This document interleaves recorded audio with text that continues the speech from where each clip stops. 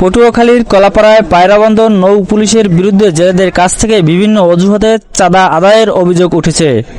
এতে উপকূলীয় এলাকার জেলেরা চরম ভোগান্তি ও হয়রানির শিকার হচ্ছে। নাম প্রকাশ না করার শর্তে কয়েকজন জেলে জানান, এরা ওই আইয়ে ওই গোড়ায় থাকছে টাকা পয়সা মকডম নেয়, নিয়ে কি এইবারে হেন তেন করে পুলিশ মারধর করে, এবার ওই আনালে ধাবায় দমকায়। এইবার আমরা টাকা দিয়ে ওই মাছ ধরে গদিতে আমার আশা লাগে। জেলেদের দাবি অধিকাংশ ক্ষেত্রেই আড়ত মালিকদের মাধ্যমে ট্রলার ভেদে প্রতি ট্রিপে 10 থেকে 20,000 টাকা পর্যন্ত দিতে বাধ্য করা হচ্ছে। আবার অনেককে ধরা মাছের উপর নির্দিষ্ট হারে পার্সেন্টেজ হিসেবেও টাকা দিতে বাধ্য করা হচ্ছে। Hasan tailors, new market, Mahipur. এখানে সকল ধরনের আধুনিক পোশাক বিক্রয় করা হয়। প্রত্যেকটা বোট প্রতি আমাদের 10,000 টাকা করে দিতে হয়েছে। এটা আমরা গদির মাধ্যমে দিই টাকা, বোট প্রতি 20,000 টাকা। আরদারের কাছে নৌ পুলিশ আছে, বাইলে চলি, এরা আবার মনে করেন গাড়াইলে হেরা আবার হেরাও জ্বালায়। এনে আসি আমরা বিভিন্ন ঝামেলায় গাঙে, মানে ভালোভাবে শান্তিতে জাল পাওয়া বড় মুশকিল হয়ে যায় আমার।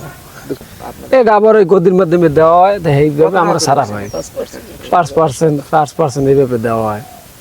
চাহিদা মতো টাকা না দিলে তাদের মারধর, জোর করে কাঁচা মাছ খাইয়ে দেয়া, জাল পুড়িয়ে দেয়া সহ অকারণে মামলার আসামি করার হুমকি দেওয়া হয়। টাকা দিই তাহলে ধরিয়া জালে আগুন দিয়ে দেয়, নয়তো পুরাই দেয়, নয়তো জেল দিয়ে দেয়। টাকাটা তারা আরবদের মাধ্যমে দিই।